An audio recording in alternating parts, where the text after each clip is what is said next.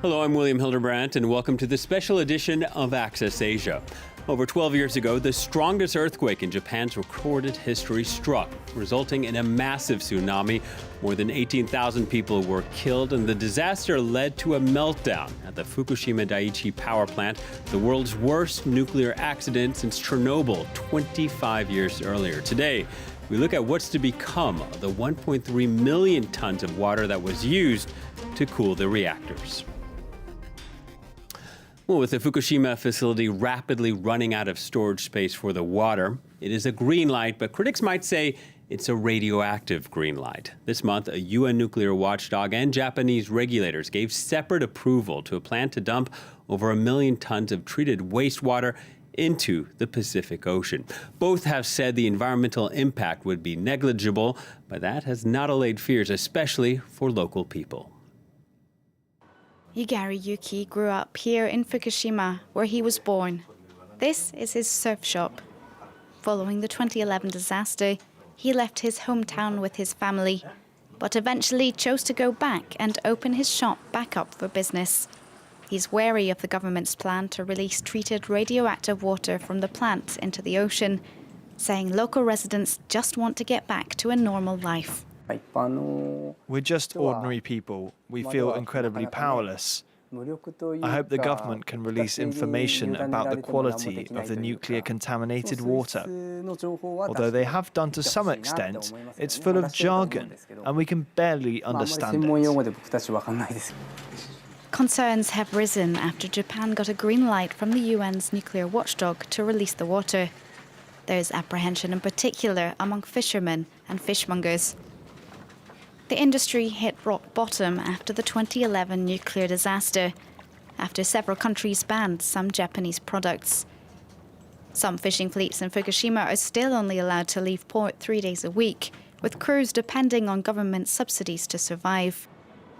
Locals fear the water release will further hamper recovery. I'm completely against it. They're definitely going to do it. I'm really angry about it, but I have to obey the country's decision.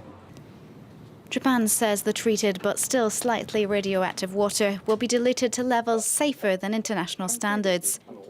The UN Nuclear Agency's chief Rafael Grossi insisted the proposal would have negligible impact on the environment.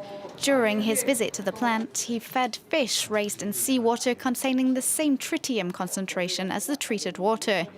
He said the levels in the water were on a par with those already released by countries like the US, China, and France.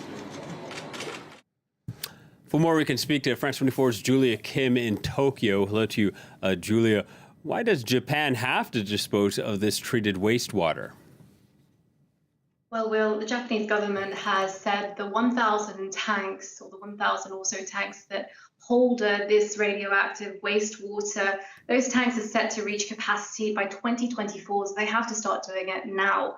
Now, they're saying that the amount of water there is on site, because these 1,000 tanks are currently on the site of the Fukushima Daiichi power plant, well, it poses an enormous safety risk, because what if another earthquake were to strike again? So they say that a controlled release of this wastewater into the ocean is really the only way to guarantee the safety. Now, we're talking about over 1 million cubic meters of water. That's enough water to fill the world's tallest building, the Burj Khalifa in Dubai.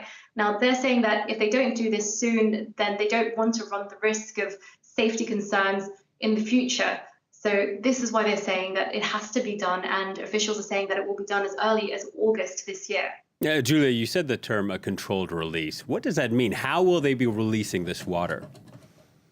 So the water is first going to be filtered through a series of filters to remove all of the radioactive material present. They're going to release it through a long tunnel, an undersea tunnel that's going to be released offshore about 1 kilometer away from the mainland.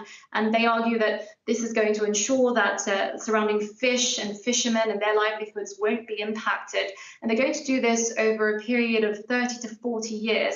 And as they do this, they're going to be checking periodically the level of radioisotopes in the water still present.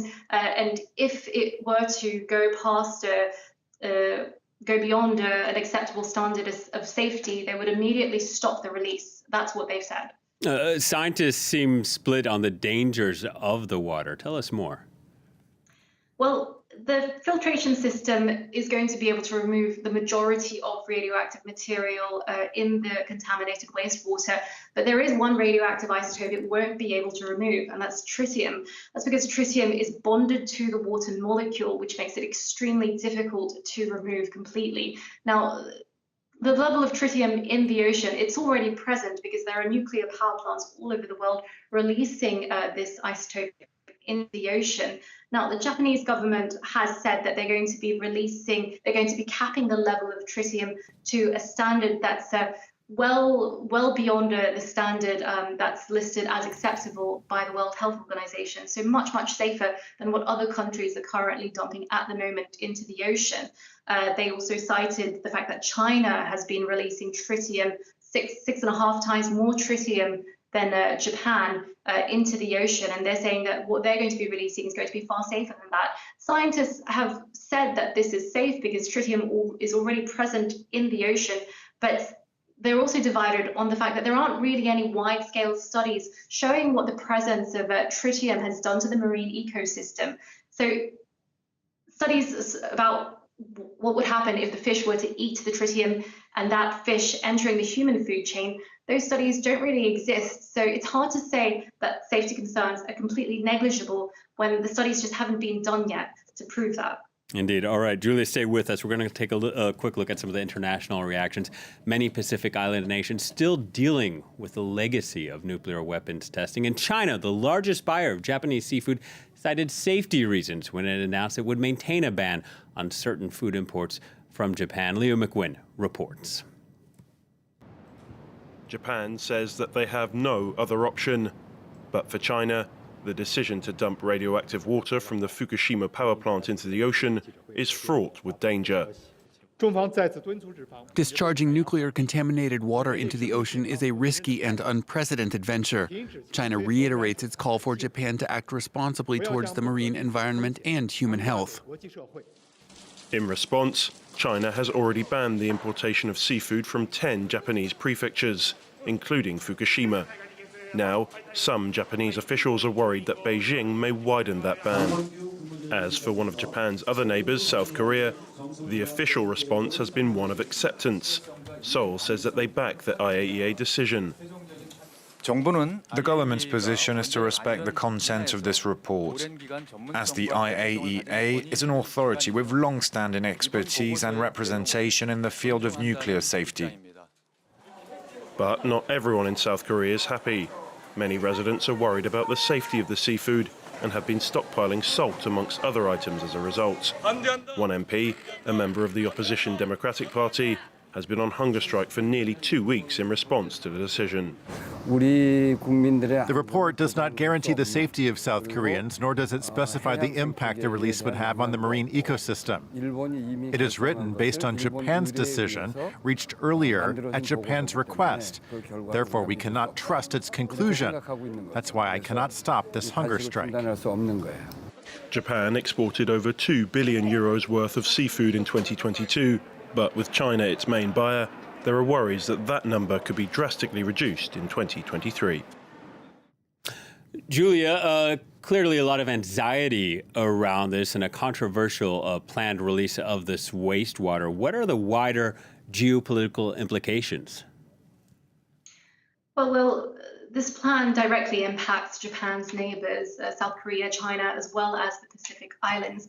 Now, South Korea has done a bit of a U-turn, and this is more or less directly linked to the fact that South Korea now has a new president that's becoming much more chummy with Japan compared to his predecessor. Now, Yoon Suk-yeol has done a lot to improve ties between Japan and Korea. The two countries, for the first time in 12 years, held bilateral summits at each other's countries earlier this year, and that rapprochement is only strengthening. Now, South Korea has said this week that essentially it's reassured by the findings of the International Atomic Agency's safety review. And honestly, they say that they've actually they've come out in support of Japan's plans. So in that respect, we can see that the rapprochement between the two countries is only strengthening. And this has angered China, which has really doubled down in its reaction to Japan's plan. It's called Japan incredibly selfish, and it's also criticized Japan, calling it, saying that it's essentially treating the ocean like its private sewer. Now, China has its own agenda here because it sees a stronger alliance between two of Asia's biggest countries, Japan and South Korea, as very bad news.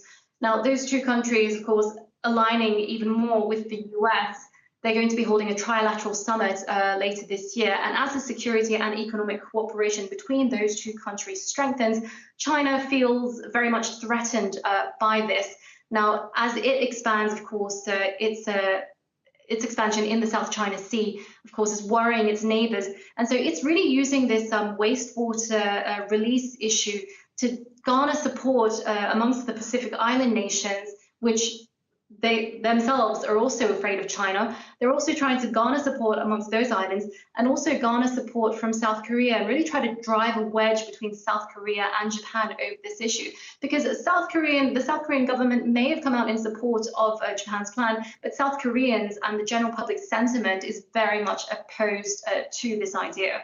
Yeah, certainly a delicate story that will continue to follow here on Access Asia. Julia, thank you very much. Julia Kim speaking to us from Tokyo. That's it for this edition. Thank you for watching, and please stay tuned to France 24.